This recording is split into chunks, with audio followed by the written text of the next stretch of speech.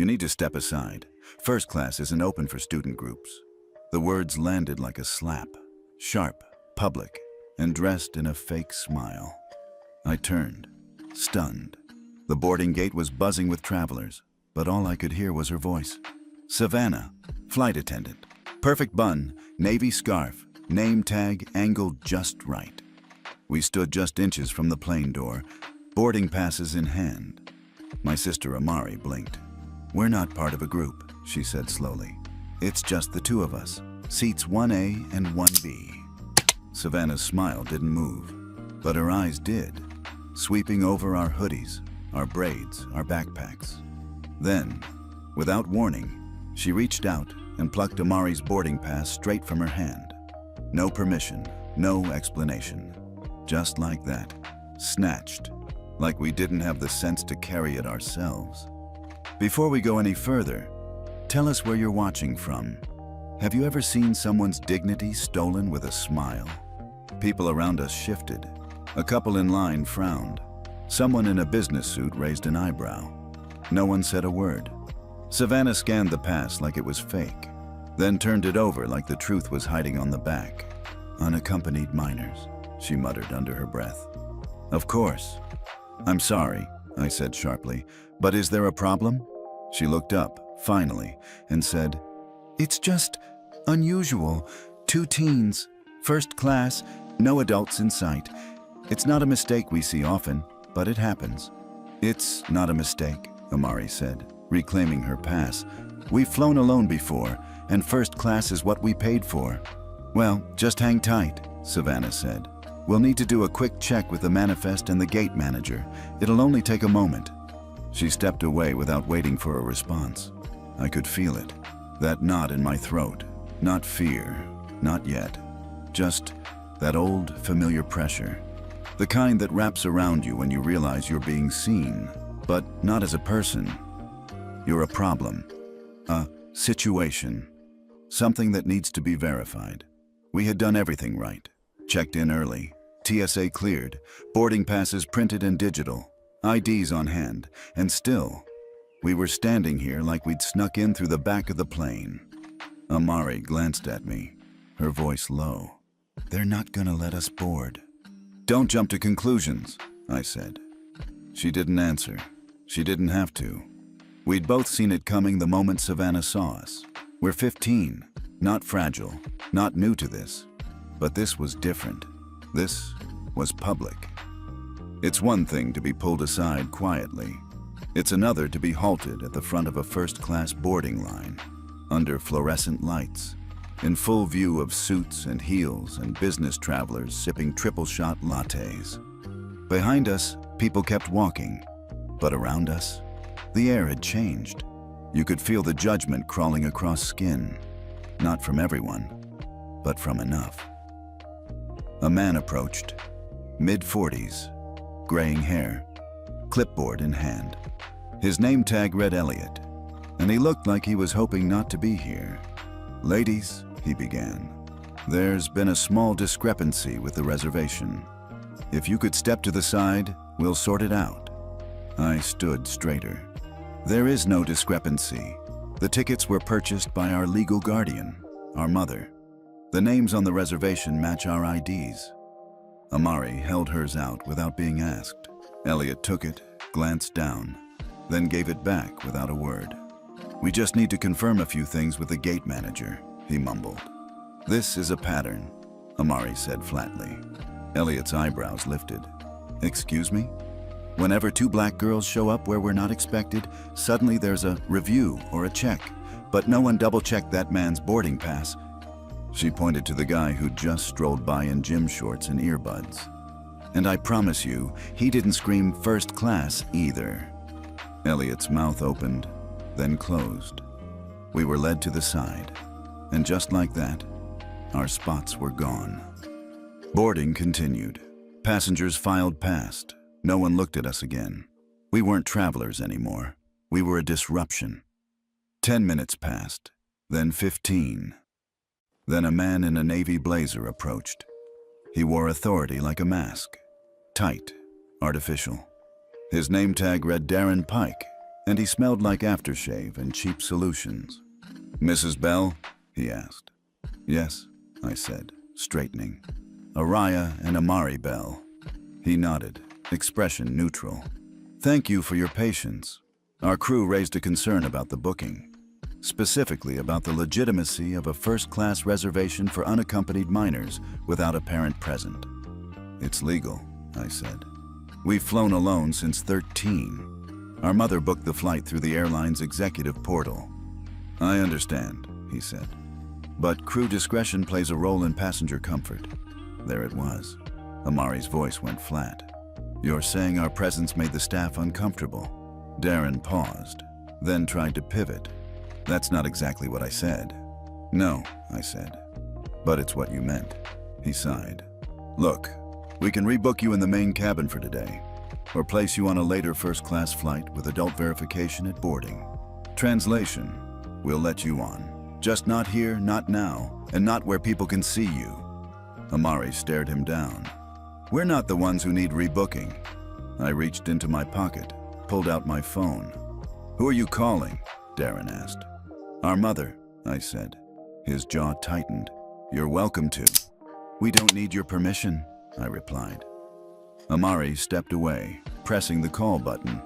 The phone rang once, then, "Where are you?" Her voice, sharp and calm. "Gate 41, Boston Haven," I said. "They pulled us out of line, said we made the crew uncomfortable." Pause. Then, "Don't talk to anyone else. Sit down, where people can see you. I'm making a call." She hung up. I sat down slowly. People walked by like nothing happened, but something had. Something big. Something they wouldn't understand until it was too late. Because they hadn't just blocked 2 girls from boarding a flight. They'd pulled the boarding pass out of the hands of the daughters of Loretta Bell. And if they didn't know what that meant yet, they were about to. Somewhere on the top floor of a glass building in Greenwich, Connecticut, a woman stood still, phone in one hand, coffee forgotten in the other. Loretta Bell didn't pace when she was angry. She didn't raise her voice. She didn't call security. She called systems. Her assistant, Kara, stood nearby, watching her boss with the trained stillness of someone who knew. When Loretta got quiet, something was about to get very loud. "They pulled them from the gate," Loretta said into the phone. "Boarding passes were in hand. Verified.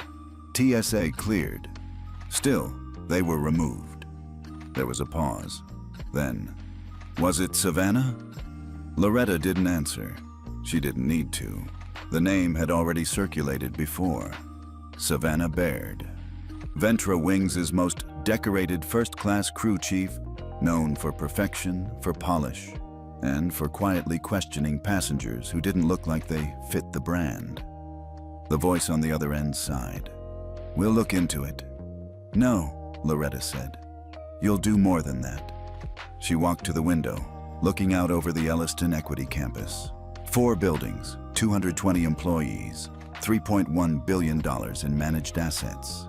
The company she'd built from scratch, brick by strategic brick. But right now, none of that mattered. Because someone had decided her daughters didn't belong on a plane their family helped finance. And that changed everything. Loretta tapped her headset. "Kara," she said calmly, "get me Oliver Wu, primary counsel on the Ventra IPO, and Sonia Trask at Treasury Strategy. Have them patch in within 7 minutes, then cue the Elliston Systems Access dashboard. We're freezing all uplinks to Ventra Wings, effective immediately." Kara didn't ask why. She just said, "Yes, ma'am." Ventra Wing was 3 days away from a massive initial public offering, $350 million expected on the table, fueled by a combination of mid-tier investors and 2 cornerstone firms. One of them was Elliston. What most people didn't know? Ventra didn't just rely on Elliston's capital. They also ran on Elliston's infrastructure, payment processing nodes, passenger analytics AI, regional fleet traffic integration. 12 airports used software that Elliston licensed and monitored, all wrapped in invisible code. Until Loretta decided to pull the plug. By the time the legal team was on the line, She had the exact leverage points up on screen. Payment delay latency, 6.3 hours if uplinks paused. Check-in load disruption, 4 airports. Estimated revenue drop, 9.7 million within 24 hours. Loretta, Oliver said, voice even. You're moving fast. They moved first, she said. I'm just making sure they understand what it cost them. Understood. And I want the IPO committee to know. If they don't release a public statement of accountability within 48 hours, Elliston pulls completely. No bridge capital, no PR support, no data integrations. Sonia Trask added, we can block liquidity overnight and freeze back-end access on 12 airports. Do it.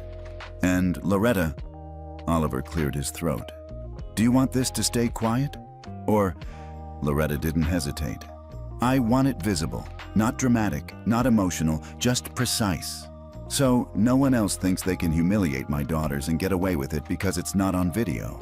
In Boston, Araya and Amari sat in 2 molded plastic chairs by the window. They weren't crying. They weren't arguing. They were just waiting. Passengers continued to pass by, but a ripple had begun. Someone posted a short video. Savannah reaching for the boarding pass, Elliot standing to the side, the girls stepping away. No sound, but it didn't need sound. The look on Amari's face said everything. 2 black girls denied first-class boarding. No cause, no apology. Still waiting. The caption was short. The comments were not. Within 20 minutes, the clip hit 18,000 views. Then 90,000. Then trending. Back in Greenwich, Loretta watched the video in silence. Then she made her next call. It wasn't to the press. It wasn't to the boardroom. It was to Wallace Merrick, CEO of Ventra Wings. They had worked together once, years ago, in a room full of men who mistook her for an assistant until she closed a $600 million wireless satellite acquisition in 42 minutes flat. Loretta, he said, voice warm but nervous. I heard something happened at the gate. We're still confirming. Wallace, she cut in. You don't need to confirm anything. You need to listen. He went quiet. My daughters were removed from your first-class line without cause, publicly, with boarding passes in hand. They were made to stand aside while the plane boarded. The attendant implied the tickets were suspicious. Then a manager suggested the crew felt uncomfortable. A long breath. I see. No, you don't, but you will. She paused, then delivered the blow. As of this call, Elliston has suspended all capital injections into your IPO. That's $96 million in forward committed funding. Additionally, we're freezing back-end service support across 4 major terminals: Denver, Chicago, Newark, and San Diego. Wallace's voice cracked. Loretta, please, this is bigger than just... It is, she said. Much bigger, which is why I'm not stopping there. She tapped a file open. I'm forwarding a white paper to the Department of Transportation and the House Oversight Committee. Compiled over the last 18 months, AI-flagged incident reports on passenger profiling patterns. Your airline ranks in the top 3. Wallace went silent. By morning, Loretta continued, there will be calls for a federal review, and I will make myself available to testify on behalf of passengers who don't have a seat at the table because they're too often denied a seat on the plane. That night, the hashtags changed. No longer just #denied boarding.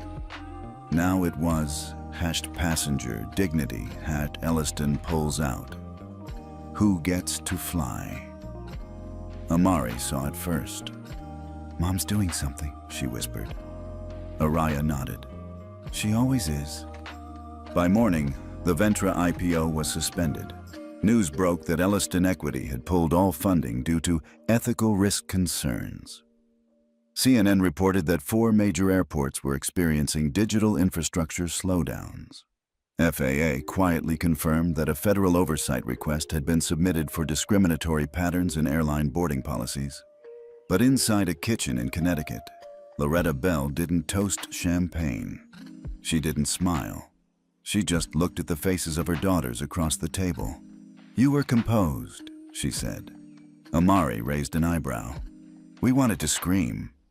But you didn't, Loretta said. And that made them listen harder. Araya whispered, we just wanted to get on the plane. I know, Loretta replied. But maybe this was the better flight. By the time we reached the gate seating area again, our flight had taken off. Flight 3125 to Dallas was gone. No announcement, no apology, just silence, like we'd been quietly erased from the day's schedule. Amari sat stiffly in the molded plastic chair, arms crossed, fingers tapping restlessly on her elbow. I sat beside her, trying to keep my breathing even. Inside, I could feel something breaking loose. Not anger exactly, but clarity. Something had shifted, not just in us, but around us. I'm not imagining this, Amari said suddenly. I glanced at her. What? The way people are looking at us, like they know. She was right. Something was different.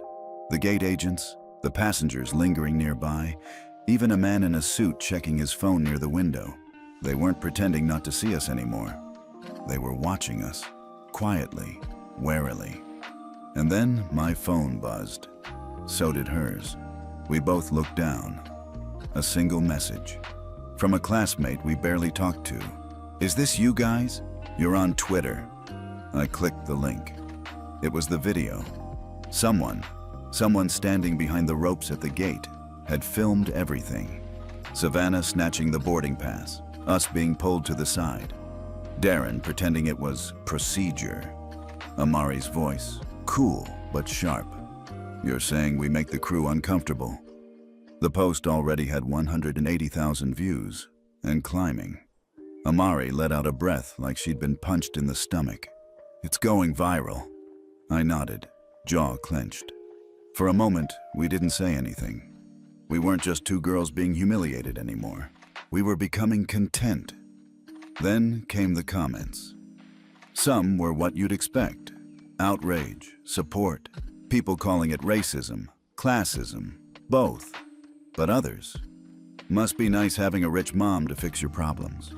They should be grateful they even get to fly first class at 15.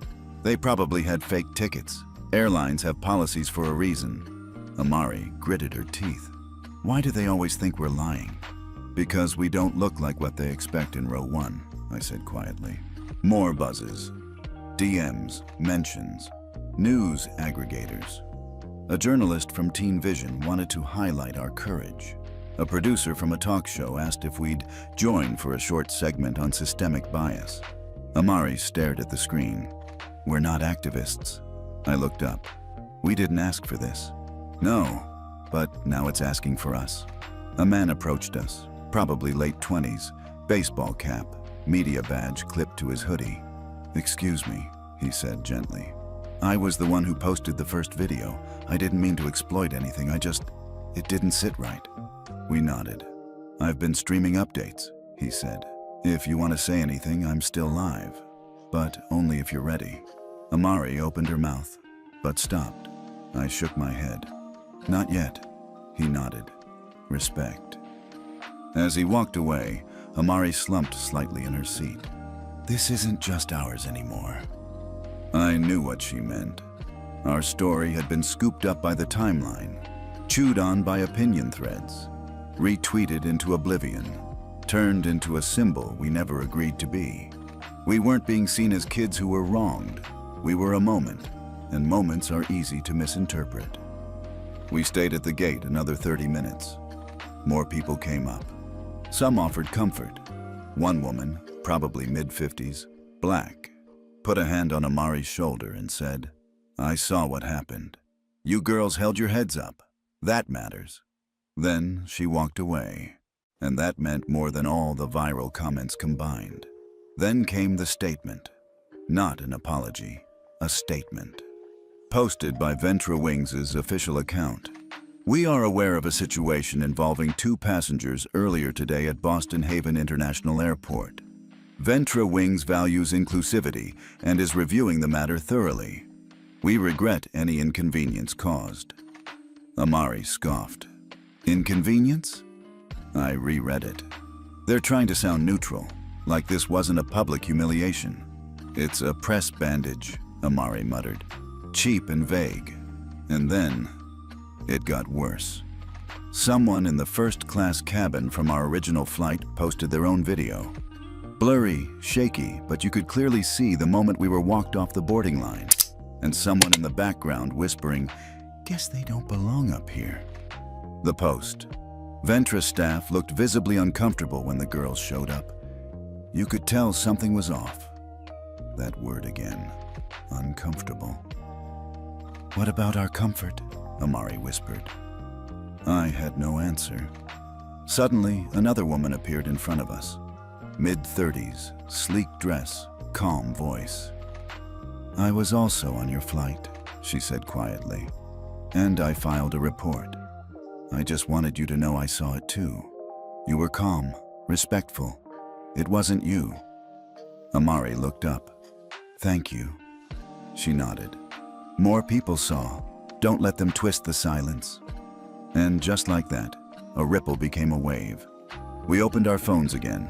Now we were being tagged by news anchors, civil rights lawyers, travel watchdog groups. One tweet stood out, from someone named Ellen Harper, a known lawyer who took on corporate discrimination cases. "This is how it happens, not with slurs, not with yelling, but with a smile and a clipboard, and a policy that suddenly needs verifying. These girls did nothing wrong, but they're the ones made to explain. That's bias, and it's not subtle." Amari leaned back in her chair, fingers shaking slightly. "I didn't want this," she said. "I just wanted to get to Dallas, speak at the conference, represent us." "You still can," I said. She shook her head. "Not like this. Now if we speak, it's a headline. If we stay quiet, it's a blank screen they'll fill in for us." I understood. We weren't people anymore. We were a proxy battle. A symbol of a system too many people had already experienced, but never filmed. Then my phone rang. "Mom." I answered instantly. "We're seeing everything," she said. "We know," I whispered. "I'm getting calls from the Times, from Bloomberg, from the House Oversight Committee. What do we do?" There was a pause. Then Mom's voice, low and razor sharp. "You don't owe anyone your pain," she said. "But if you speak, make it your terms, not theirs." Amari looked at me as I ended the call. "I'm scared," she said. "I know." "You?" "Terrified." Then she laughed once, soft and bitter. Funny how flying first class turns into fighting for basic dignity. I nodded. Guess we always flew knowing we were being watched. Just never like this. We sat in silence.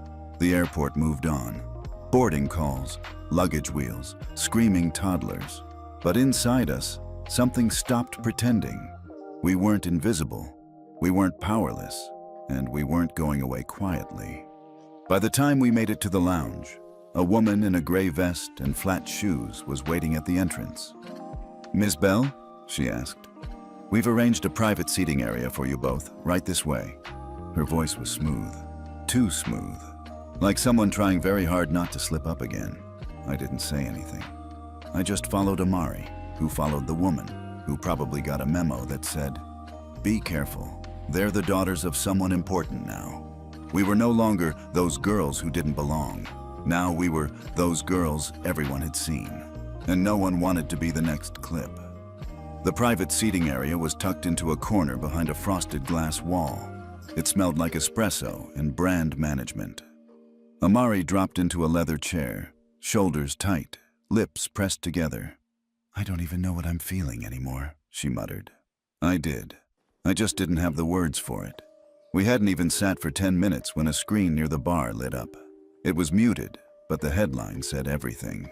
"Elliston Equity releases passenger dignity mandate following incident at Boston Airport." The words hit like a quiet explosion. Amari leaned forward, eyes wide. "Wait, what?" I grabbed the remote off the table, turned up the volume. A clean-cut anchor in a navy blazer was reading from the teleprompter. The policy, crafted by Elliston's CFO Loretta Bell, is being called the Passenger Dignity Mandate. It outlines updated expectations for how airlines treat passengers of color, minors, disabled passengers, and non-traditional travelers in first and business class. Compliance will be mandatory for any airline seeking future investment from Elliston or its partner funds. The move comes after Bell's daughters were reportedly denied boarding under questionable circumstances, an event that has now drawn national scrutiny. I didn't know whether to feel proud or terrified. She really did it. She turned a boarding pass into a policy. Amari blinked. She wrote rules? She always writes rules, I said. Just not for planes. Until now. Our phones started buzzing again. This time it wasn't social media. It was press inquiries, requests for comment, invitations to speak. Some from local networks, some from The View, some from BBC World. Even The Times sent a polite, persistent email. We're covering the broader implications of the Passenger Dignity Mandate. Would you be open to sharing your story? Amari looked at me. They're trying to turn us into a movement. We're not a movement, I said. No, she said slowly. But Mom might be. A few minutes later, the TV cut to footage from the Elliston press conference. Loretta stood behind a sleek podium with a muted backdrop of navy and gray. She wasn't smiling. She never did for cameras.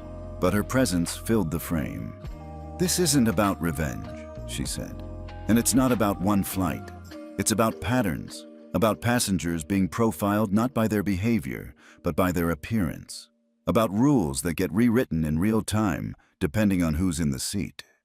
We've spent years investing in the infrastructure that powers modern travel. Communications, logistics, analytics. But if we don't also invest in how people are treated while they travel, then we're just reinforcing the same systems that exclude them. The Passenger Dignity Mandate is our way of saying dignity is not optional. Not when you're at the gate, not when you're in the air, not when you're 15 years old, black, and flying in first class. Amari's hand was over her mouth. Mine was shaking. The press conference continued. Loretta didn't grandstand. She didn't cry. She just delivered bulletproof logic, backed by data, reinforced with lived experience. She cited numbers, cases, patterns of behavior gathered over 2 years. A full quarter of passengers removed for verification issues were teens of color traveling alone. An overwhelming majority of flagged passengers in first class were black or brown, despite accounting for less than 5% of ticket sales in premium cabins. It wasn't a guess. It was a record, and she'd written it into history. She's going to change things, Amari whispered. Yeah, I said. She already has. And yet, something felt heavy. Like the spotlight wasn't just a light, it was a weight. Amari glanced at me. Do you think people will actually change, or just sign the policy and pretend? I don't know, I said honestly. But I knew one thing. No airline CEO wanted to be the next one trending under #PassengerDignityFail. Later that day, we were offered a rebooked flight. First class again. Different crew. Different energy. Too polite, too eager. One flight attendant greeted us with, "We're so honored to have you. Please let us know if there's anything we can improve." It felt rehearsed, like they'd read a script. Halfway through the flight, a woman across the aisle, older, white hair, thick glasses, looked at us for a beat too long. Amari noticed. "Still happening?" she murmured. I nodded. They weren't seeing us. They were seeing what had happened to us. After landing, we were met by a black SUV waiting on the tarmac. Mom was already inside. We climbed in, dropped our bags, and sat in silence. For once, the car wasn't filled with questions. No how was tea. I didn't say anything. I just followed Amari, who followed the woman, who probably got a memo that said, "Be careful. They're the daughters of someone important now." We were no longer those girls who didn't belong. Now we were those girls everyone had seen, and no one wanted to be the next clip. The private seating area was tucked into a corner behind a frosted glass wall. It smelled like espresso and brand management. Amari dropped into a leather chair, shoulders tight, lips pressed together. "I don't even know what I'm feeling anymore," she muttered. I did. I just didn't have the words for it. We hadn't even sat for 10 minutes when a screen near the bar lit up. It was muted, but the headline said everything. Elliston Equity releases passenger dignity mandate following incident at Boston Airport. The words hit like a quiet explosion. Amari leaned forward, eyes wide. "Wait, what?" I grabbed the remote off the table, turned up the volume. A clean-cut anchor in a navy blazer was reading from the teleprompter. The policy, crafted by Elliston's CFO, Loretta Bell, is being called the Passenger Dignity Mandate. It outlines updated expectations for how airlines treat passengers of color, minors, disabled passengers, and non-traditional travelers in first and business class. Compliance will be mandatory for any airline seeking future investment from Elliston or its partner funds. The move comes after Bell's daughters were reportedly denied boarding under questionable circumstance, an event that has now drawn national scrutiny. I didn't know whether to feel proud or terrified. She really did it. She turned a boarding pass into a policy. Amari blinked. "She wrote rules?" "She always writes rules," I said. "Just not for planes. Until now." Our phones started buzzing again. This time it wasn't social media. It was press inquiries, requests for comment, invitations to speak, some from local networks, some from The View, some from BBC World. Even The Times sent a polite, persistent email. "We're covering the broader implications of the passenger dignity mandate. Would you be open to sharing your story?" Amari looked at me. "They're trying to turn us into a movement." "We're not a movement," I said. "No," she said slowly. "But Mom might be." A few minutes later, the TV cut to footage from the Elliston press conference. Loretta stood behind a sleek podium with a muted backdrop of navy and gray. She wasn't smiling. She never did for cameras, but her presence filled the frame. "This isn't about revenge," she said. "And it's not about one flight. It's about patterns, about passengers being profiled not by their behavior, but by their appearance. About rules that get rewritten in real time, depending on who's in the seat. We've spent years investing in the infrastructure that powers modern travel, communications, logistics, analytics. But if we don't also invest in how people are treated while they travel, then we're just reinforcing the same systems that exclude them. The passenger dignity mandate is our way of saying, dignity is not optional. Not when you're at the gate, not when you're in the air, not when you're 15 years old, black, and flying in first class." Amari's hand was over her mouth. Mine was shaking. The press conference continued. Loretta didn't grandstand. She didn't cry. She just delivered bulletproof logic, backed by data, reinforced with lived experience. She cited numbers, cases, patterns of behavior gathered over 2 years. A full quarter of passengers removed for verification issues were teens of color traveling alone. An overwhelming majority of flagged passengers in first class were black or brown, despite accounting for less than 5% of ticket sales in premium cabins. It wasn't a guess. It was a record, and she'd written it into history. "She's going to change things," Amari whispered. "Yeah," I said.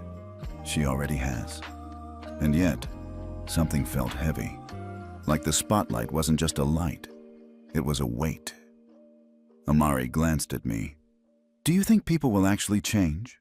Or just sign the policy and pretend?" "I don't know," I said honestly. But I knew one thing. No airline CEO wanted to be the next one trending under #PassengerDignityFail. Later that day, we were offered a rebooked flight. First class again. Different crew, different energy. Too polite, too eager. One flight attendant greeted us with, "We're so honored to have you. Please let us know if there's anything we can improve." It felt rehearsed, like they'd read a script. Halfway through the flight, a woman across the aisle, older, white hair, thick glasses, looked at us for a beat too long. Amari noticed.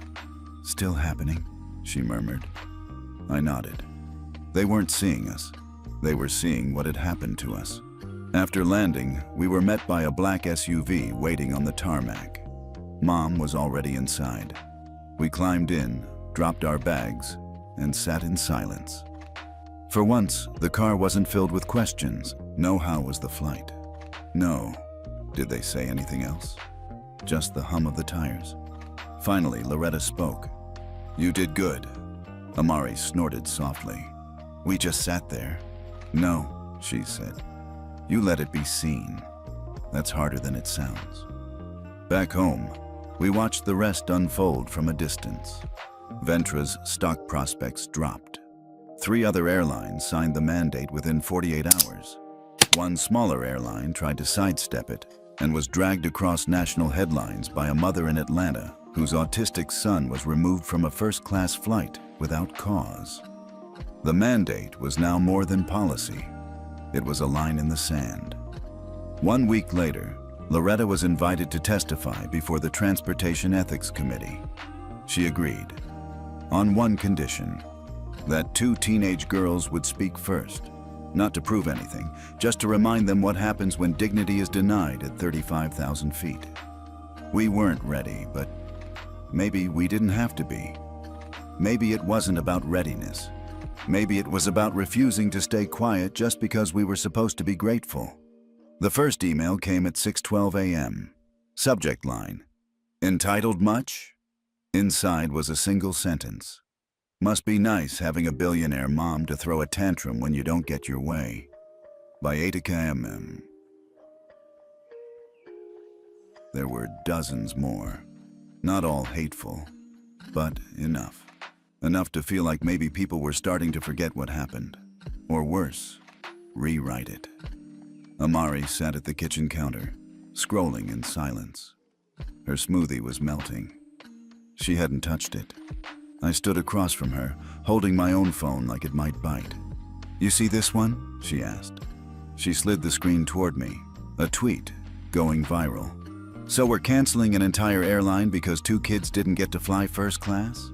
Where's the outrage when regular people get bumped every day?" I didn't reply. She scrolled to another. "This feels more like flexing than fighting racism.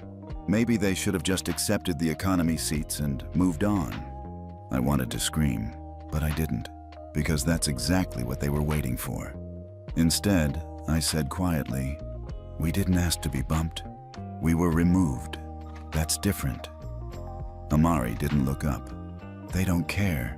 They just want to feel like we took something from them. On TV, the narrative had begun to shift. The same networks that praised Loretta's speech were now interviewing industry experts who spoke in polished phrases like unintended consequences of weaponizing capital, the fine line between justice and disruption, the risk of overcorrection in public-private partnerships. One man on a panel said, "It's not that what happened to the girls wasn't unfortunate, but grounding an entire IPO and threatening access to national terminals, that's not correction, that's control." Another woman chimed in, "The danger here is setting a precedent where emotional response overrides policy." I stared at the screen. Emotional response? Is that what they called making a system answer for itself? That afternoon, Mom got a call. She didn't say who it was, just closed the door to her office and stayed in there for 2 hours. When she finally came out, her expression was unreadable. That was the scariest part. Because Loretta Bell was always readable, until she wasn't. We didn't ask her what happened, not right away. But that night, after dinner, she said quietly, "They're starting to push back." Amari looked up from her plate. "Who's they?" "The board at Ventra, some of our partners, even other investors. They say the mandate is too aggressive, that it's interfering with market freedom." I blinked. "You mean they don't want to treat people fairly if it costs them something?" Loretta didn't answer, which was its own answer. I could tell she was thinking, not just as a mother, but as a strategist. She had declared a line in the sand, and now the waves were trying to wash it away. Later that night, a familiar name trended. Savannah Baird, the flight attendant. Someone had dug up old reviews, interviews, even a podcast appearance from 2 years ago where she said something offhand like, Some passengers just don't fit the brand of first class, and it's awkward for everyone when the vibe is off. The internet lit up. #FireSavannah trended for 2 days straight. Some people wanted her badge, her career, her life. But something about it didn't sit right with me. I don't want to destroy her, I said to Amari. I just didn't want her to destroy us. Amari nodded slowly. But now we're symbols, and symbols aren't allowed to forgive. At school, things got weird fast. Some kids avoided us, like we'd turned radioactive. Others asked for photos. A few tried to argue with us in the hallway. One girl even said, "My uncle's a pilot, and he says this whole thing is just manufactured drama." I didn't even reply, because if you have to argue your own reality, you've already lost. Then came the email from the conference board, the one in Dallas we were supposed to attend. They wanted us to close the weekend, on stage, live streamed, not to talk about STEM or youth leadership, but about what happened at the airport. I stared at the screen for a long time, then turned to Mom. "Should we do it?" She paused, then said, "That depends. Do you want to speak, or do you feel obligated to?" I thought about it, about how everyone now expected us to lead a conversation we didn't ask to start. Amari said, "If we don't speak, they'll just say whatever they want. And if we do speak," I said, "they'll say we're being dramatic." Mom smiled softly. "Then say it clearly, so they have nothing left to guess." We agreed. We'd speak, not as victims, not as heroes, but as two girls who got tired of apologizing for taking up space in places we earned. The night before the flight, Amari stood by the window in our room. "Do you think we'll ever fly again without being watched like a headline?" I joined her at the glass. Outside, the wind was bending trees. The world kept moving. "I don't think it matters," I said, "because now we know how to watch back." The ballroom was colder than I expected. Rows of chairs stretched out in even lines, each filled with bright-eyed teens and calm-looking adults wearing lanyards and conference badges. The banner above the stage read, "National Youth Leadership Forum." Closing plenary spotlights were already warming the podium. We stood behind the curtain just out of sight, our palms sweating against index cards we might not even use. Amari glanced at me. "You ready?" I exhaled. "No," she smiled. "Same. We weren't keynote speakers. We weren't headliners. We were a last-minute insert, added after the incident made headlines. What we said today wasn't about getting applause. It was about getting it right." The moderator walked out first, polished, friendly, the kind of adult who could speak in bullet points. "Before we close today's session," she said into the mic, "we have two special guests, delegates you may have heard about for reasons far bigger than their intended panel topic." The room quieted. They didn't ask for attention. They didn't demand a stage. But their story reminded us all what leadership looks like when you're not trying to be seen, just trying to be treated fairly. She gestured behind her. "And now, I'd like to welcome Araya and Amari Bell." We stepped out into the light. A wave of faces looked back at us, some curious, some nervous, some clearly knowing the full story, others still trying to figure out who we were and why it mattered. I took the mic first. Not because I was braver, just because Amari hated going first. "Hi," I said. My voice didn't shake, but my fingers did. "We were supposed to be here this weekend to talk about civic engagement and youth leadership. That was the plan, but plans change."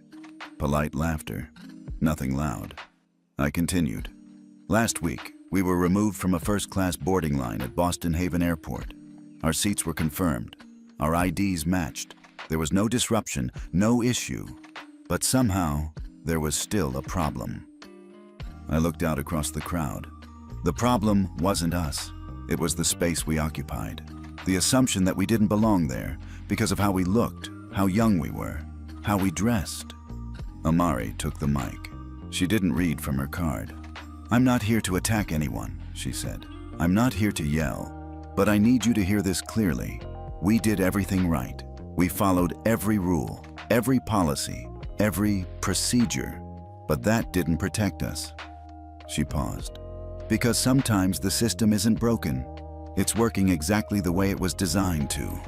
The room fell into that kind of silence where no one dares even clear their throat. We didn't go viral because we screamed, I added. We went viral because we didn't, because we sat, because we waited, because the quiet humiliation was so obvious, even people watching couldn't ignore it. I scanned the audience again. Some students nodded. A few adults shifted uncomfortably. A young black girl in the third row looked straight at us, eyes locked, unblinking. We're not asking for special treatment, Amari said. We're asking for consistent treatment. I took a breath. This was the hard part. And we're not the only ones, I said. There are kids pulled aside for the way they look. Disabled passengers treated like problems. Trans travelers harassed for using the wrong line. Parents judged for their accents. None of that gets filmed. Amari added, but that doesn't mean it doesn't happen. We both stood at the mic now, side by side, just like we'd been at the gate, at the lounge, at the window. You may not remember our names 5 years from now, I said, but I hope you remember this feeling. Amari nodded. The next time you see someone being quietly erased, ask yourself, what if that were me? What if that were my sister? We stepped back. No grand finish, no catchphrase, just the truth. And sometimes, that's enough. The room erupted, not in loud cheers, but in standing silence. The kind where people stand because sitting feels wrong. The young black girl in the third row wiped her cheek. The moderator returned to the stage, eyes shining. No wrap-up summary, no panel debate, just one sentence. Thank you for reminding us that leadership isn't always loud, but it is always seen. Backstage, Amari leaned against the wall and let out a long breath. I didn't cry, she said, surprised. Me neither, I said, then added, not yet. She grinned. That felt clean. Yeah, I said, it did. By the time we reached the lobby, our phones were buzzing again. This time, not with hate, but with something softer. Messages from students, parents, educators. One woman messaged, I showed your speech to my daughter. She said, I want to walk like them someday. Another, I fly for work every week. I've seen this happen. I never spoke up. I will now. That night, Mom didn't say much. She didn't need to. She just hugged us both longer than usual and whispered, you carried it well. Amari whispered back, so did you. The next morning, a headline quietly slid across the bottom of the news ticker. 4 more airlines signed passenger dignity mandate after Youth Forum speech. We didn't smile, not yet, because this wasn't about celebration. It was about momentum, and we knew how easy it was for momentum to fade. But for now, for today, we had spoken. And the world had listened. We weren't expecting to see her again. Not in that lounge, not that day, not after everything. But there she was, Savannah Baird, same platinum bun, same tailored Navy uniform, same voice, just softer now, like someone who had learned how thin the ice really was. She didn't look surprised to see us. We did. Amari was the first to speak. You're still flying? Savannah straightened. Not officially. I'm on administrative leave, but the union's pushing for reinstatement. Due process, they said. I stared at her. She didn't blink. I came to apologize, she added. If I made you feel... You didn't make us feel anything, I said, cutting her off. You acted. We responded.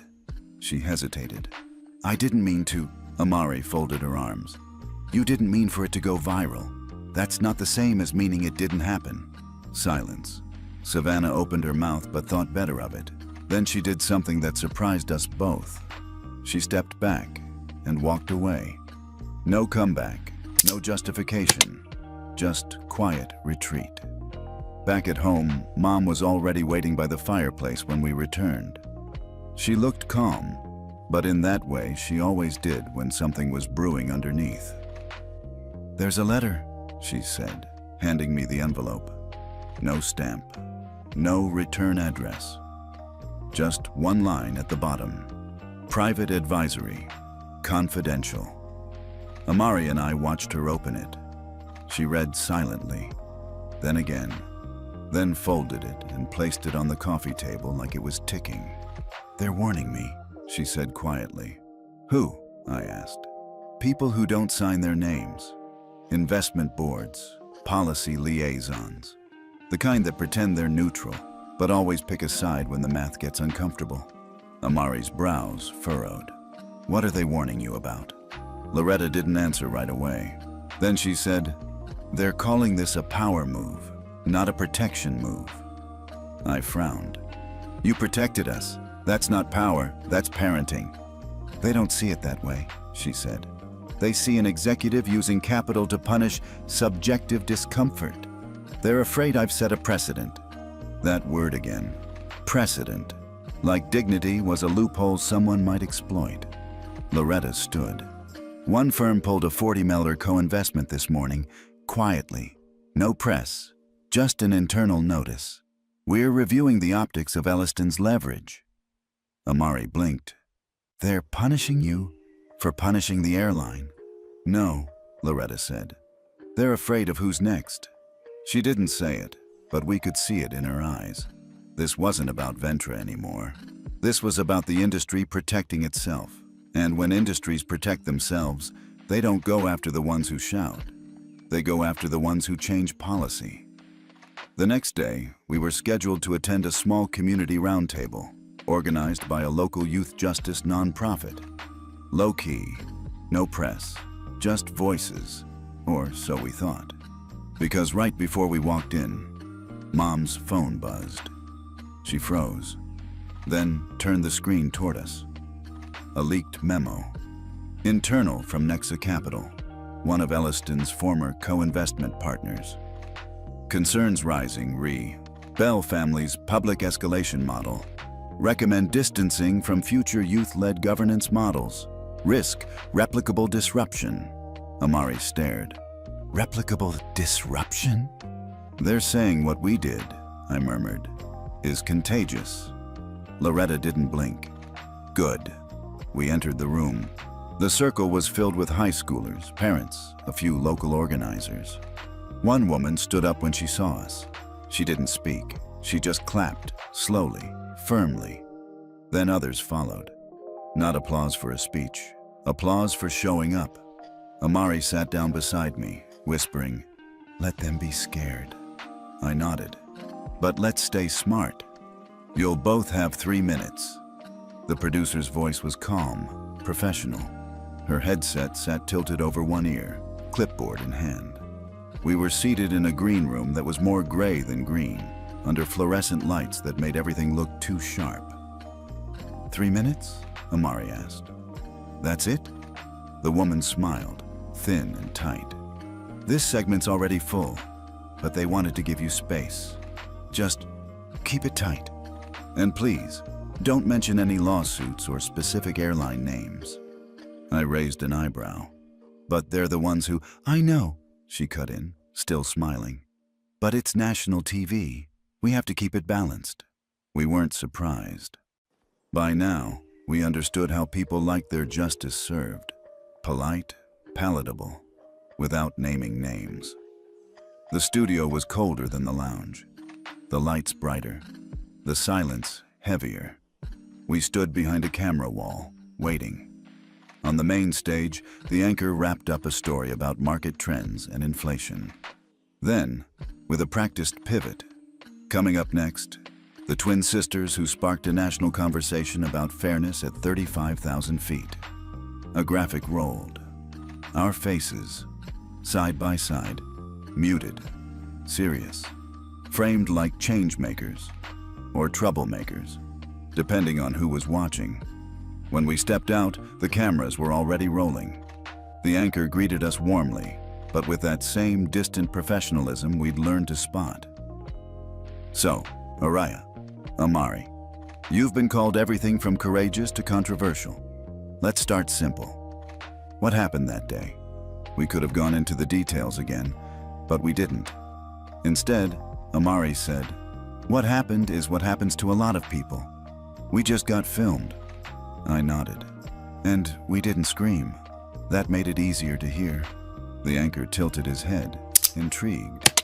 "You've been praised, but also criticized.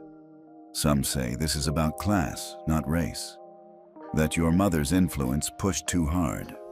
What do you say to that?" Amari leaned in. "If being treated fairly in a place we paid to be makes people uncomfortable, maybe the problem isn't our seats.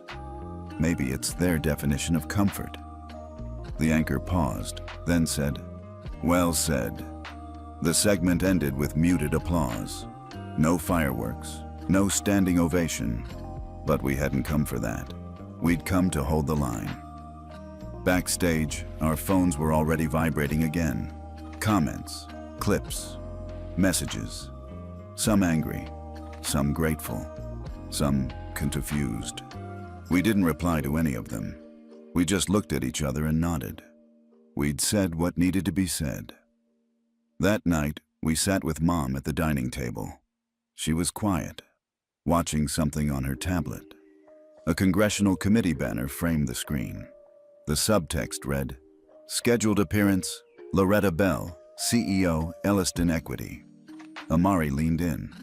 "They confirmed it?" Loretta nodded. "Next week, Subcommittee on Transportation Ethics." I stared at the screen. Are they trying to stop the mandate? "They're trying to determine if I overstepped," Amari said. "And did you?" Loretta didn't blink. "No, but that's not the question they'll ask." We knew how this worked now. It wasn't about who was right. It was about who made people uncomfortable enough to change something. And Loretta Bell? She made entire systems uncomfortable. The hearing was already being teased on cable news. One anchor called it the trial of the billion-dollar conscience. Another, the day Capitol meets culture in Congress. But to us, it was just Tuesday. Just another day where someone tried to unwrite our experience, and Mom stood in the way. Later that evening, I sat alone in my room, scrolling. A video popped up. It was us. From earlier that day. Amari saying, "We didn't scream. That made it easier to hear." Someone had turned it into a soundbite. Overlaid music. Subtitles in 3 languages. It had over 1.2 million views. I didn't feel proud. Not really.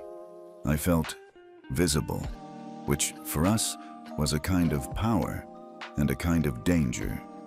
Downstairs, Amari was reading a letter. She called up the stairs. "Zora?" "Yeah." "You should see this."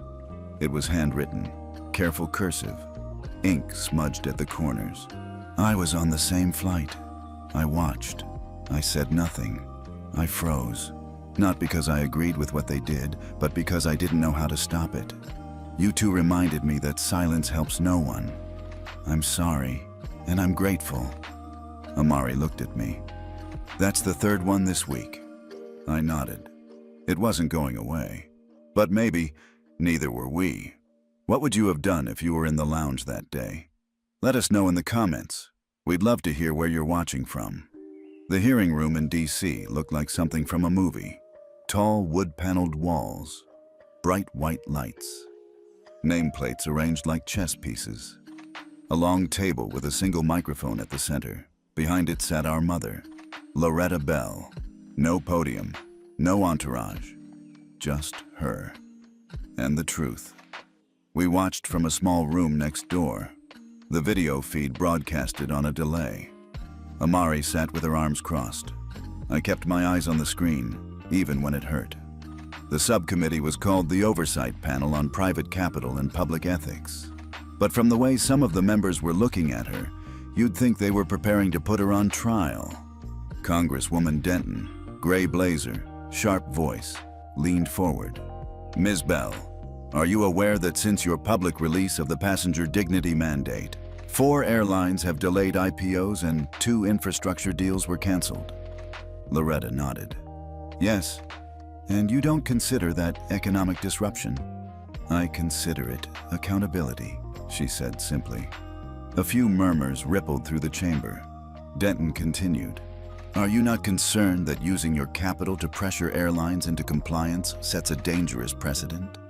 I'm more concerned that allowing unchecked discrimination to persist without consequences sets a worse one." Amari grinned. "That's Mom." Next came Senator Kessler, tall, slow-speaking, careful. "Ms. Bell, many believe your response was personal, that you weaponized your influence because your daughters were involved, that if this had happened to anyone else, Elliston wouldn't have moved." Loretta folded her hands. "You're right." That silenced the room. But that's how most change begins. Someone gets hurt, and someone with power finally says, "Enough." She leaned forward, her voice cool but cutting. "Ask yourself why it takes someone like me to move markets for this issue to matter." We felt it in the room, even through the screen, that shift. Congressman Hale, younger, tech-savvy, tried to pivot. "Ms. Bell, the mandate has noble language. But isn't there a risk in enforcing ethics as hard policy? Who decides what's offensive? What's unfair?" Loretta didn't blink. "Offense is subjective, but patterns aren't. And when those patterns overwhelmingly impact the same types of passengers, black, brown, young, disabled, that's no longer offense. That's architecture." Silence. Even the cameraman didn't move. Then, from the back row, came something unexpected. Congresswoman Etta Monroe. Southern, older, soft-spoken, but razor-sharp underneath. She adjusted her glasses, then addressed the room. "I've reviewed the data Elliston submitted. I've flown for over 40 years, and I've been in the seat where people assume I don't belong." She turned to Loretta. "Thank you, Ms. Bell, for naming it out loud." Amari reached for my hand. We didn't say anything. We just held on. The hearing continued for 2 hours. Questions, retorts, subtext. But Loretta stayed steady, never raised her voice, never broke the rhythm. She didn't argue to win. She argued so the truth had to sit in the room with them. After the hearing, reporters swarmed the steps outside. She didn't stop to speak, just walked to the car, calm as ever. When she stepped in, Amari asked, "Did it go how you expected?" Loretta exhaled. "They came to box me in. I gave them glass walls." That night, we watched the replay. Commentators were split. Some called her calculating. Some called her revolutionary. One said, "That was the day Wall Street met a moral line." But the headline we remembered most came from a quiet opinion blog. "She didn't fight for revenge. She fought for repair." A week later, 8 airlines signed the mandate. 3 airports announced staff retraining initiatives. 2 national travel agencies updated their ethics policies. But none of that changed how people looked at us in the grocery store, at school, in first class. "You feel like it's stuck?" Amari asked one afternoon. "What?" "This story. Around us." I nodded. "It'll fade. But maybe it's supposed to leave a mark." Mom had left hers.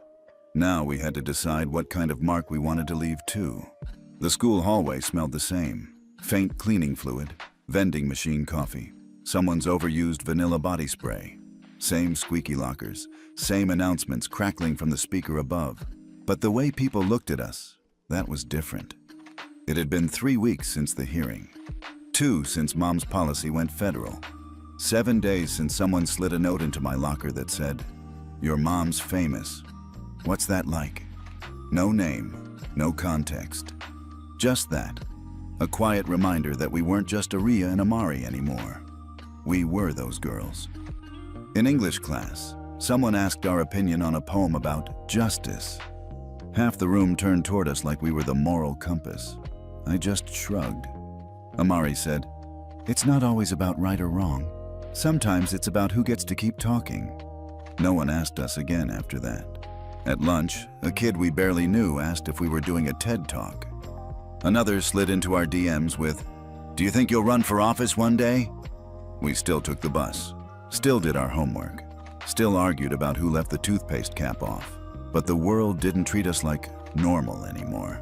And to be honest, we didn't feel normal either. That weekend, we went with Mom to the grocery store. Nothing special, except that when we got to the register, the cashier paused. "You're them," she said. Amari gave a polite nod. "Yes, ma'am." The woman smiled, kind but awkward. "What you did, it mattered. A lot." Then she leaned forward and whispered, "They didn't expect girls like you to speak up like that." We smiled, paid, walked out. But the words followed us all the way to the car. Girls like you. Back home, I sat on the stairs and watched Mom sort mail. She was quieter now, not because she was tired, but because she was thinking in layers we couldn't see. "You okay?" I asked. She looked up. "Better than okay." Then, "Why do you ask?" I shrugged. "I guess you don't seem done." "I'm not." She set a manila envelope aside. "You don't flip a system with one mandate. You chip it, slowly, precisely." Amari came down the stairs with her tablet. "You going to keep pushing?" Loretta nodded. "Until the day I can fly without wondering if you're safe on the other end of the gate." That night, we sat by the fire. No cameras, no speeches. Just the three of us and the sound of ice in our glasses. Amari asked something I'd been holding in. "Do you think this all happened for a reason?" Loretta didn't answer right away. Then she said, "No, I don't believe the universe causes pain for a lesson, but I do believe in choosing what to do with it." Silence. Then she added, "You didn't start this, but you did choose how to carry it." Amari whispered, "It still doesn't feel fair." "It wasn't," Mom said, "but it was real, and you made it undeniable." Later, in our room, I pulled out the notebook I hadn't touched in weeks. The one with quotes and dreams and pages of nothing. I flipped to a blank page. Wrote at the top, "They said we didn't belong. Now they say we changed something. But we were always just trying to get to the next gate." Amari peeked over my shoulder. "Sounds like an opening line." "To what?" She smiled. "Whatever comes next." We were halfway through chemistry class when it happened. Mrs. Elston was lecturing about covalent bonds. I was doodling in the corner of my notes. Amari was chewing the end of her pen, eyes fixed on the whiteboard but miles away. Then someone's phone buzzed. Then another. Then the whisper started. "Did you see this? Oh my God, it's happening again. Isn't this the same airline?" I looked at Amari. She already had her phone out. The headline was short. "Black mother and son removed from flight after being seated in first class." Below that, a blurry video. You couldn't see the full context, but you could hear the mother's voice, calm, confused, and a flight attendant insisting, "We'll sort this at the gate." The boy looked about 10, small, quiet, clutching a book. A familiar ache returned to my chest. Not anger, not shock. Just that same cold recognition. We watched the clip twice, 3 times. By then, it had over 600,000 views. And every third comment? "Where are the Bell sisters? Is this another passenger dignity case?" Paging Loretta Bell. Amari dropped her phone on the desk like it burned her. "Why is this ours now?" After class, we ducked into the media room, locked the door, sat at the back table. Neither of us spoke for a minute. Then I said, "Do we ignore it?" Amari didn't answer right away. Finally, she muttered, "If we do, they'll say we abandoned it. If we speak, they'll say we're making it about us again." We were tired, not from doing too much, but from being expected to do it all. That evening, Mom got a call. She stepped outside to take it. When she came back in, her face was unreadable again. "They want a comment," she said. "CNN, Slate. Even the airline's legal team reached out preemptively." Amari stood. "Why us?" Loretta looked at her gently. "Because the last time this happened, you spoke, and the system shifted." I exhaled. "We don't want to be the voice of every injustice." "You're not," she said. "But you're the echo some people still need to hear." We sat in silence for a long time. The next day, The mother from the video released a statement. It was short, brave, measured. She didn't demand, she didn't threaten, she just said, "My son and I were treated like anomalies instead of customers. I want a world where that's not brave to say, it's just normal." That line stayed with me all day, not because it was perfect, but because it sounded like something we might have said if we hadn't already said it. That night, we wrote something. Not a press statement, not a speech, just a post. We shared it quietly, no hashtags, no dramatics. Just, "We see you, we've been you, we believe you." The post went viral in 12 minutes. Someone commented, "It took me 37 years to feel like I belonged in that cabin." One moment reminded me I never really did. Another, "These girls didn't make it about themselves. They just made sure someone else didn't feel alone in it." Amari read that one twice, then closed her phone. "I still hate that this keeps happening." "Yeah," I said, "but I don't hate that we said something." That weekend, the airline involved suspended the crew. By Monday, 3 more organizations signed onto the mandate. By Wednesday, the Department of Transportation announced it would host a roundtable on passenger equity. And by Friday, the mother from the video messaged us privately. "Thank you. You didn't have to, but you did. My son asked if you were superheroes. I told him no, just girls who remembered what it felt like to be erased." I showed it to Mom. She smiled. "That's the thing about silence," she said. "Break it once and people start to believe it can be broken again." But that wasn't the end. That same week, an op-ed ran in a major paper. "Are we letting teenagers reshape corporate ethics?" It was written by someone we didn't know, but it was about us. About how emotion was becoming regulation, how public sympathy was weaponizing disruption, how maybe the Bell family had gone too far. I didn't cry. Not this time. I just stared at the words until the screen blurred, then closed the tab. Amari sat beside me. "Still want to be normal?" "No," I said. "I want to be loud enough that the next kid never has to be." Spring came late that year. The kind of spring where trees bloomed slow, as if they too were trying to figure out how to begin again. At school, the whispers had faded. The stares softened. The story that once followed us into every hallway now only lived in fragments, in a printed article tucked behind a bulletin board, in the way certain teachers paused before asking our opinion, like they weren't sure if we'd still answer like teenagers or revolutionaries. We did neither. We just answered like ourselves. The mandate was no longer trending. The hearings weren't being replayed. Loretta Bell was no longer front-page CEO. She was back to working quietly, taking fewer calls but building more coalitions. One policy at a time, one boardroom at a time. And us? We were no longer those girls on the plane. We were just Aria and Amari again. Almost. One Thursday, we got called to the principal's office. No warning, no explanation. When we walked in, she was standing by the window holding a letter. She turned, smiled softly. "This came addressed to both of you." She handed us the envelope, cream-colored, thick. Inside was a single page. Embossed logo at the top, North American Air Travel Consortium.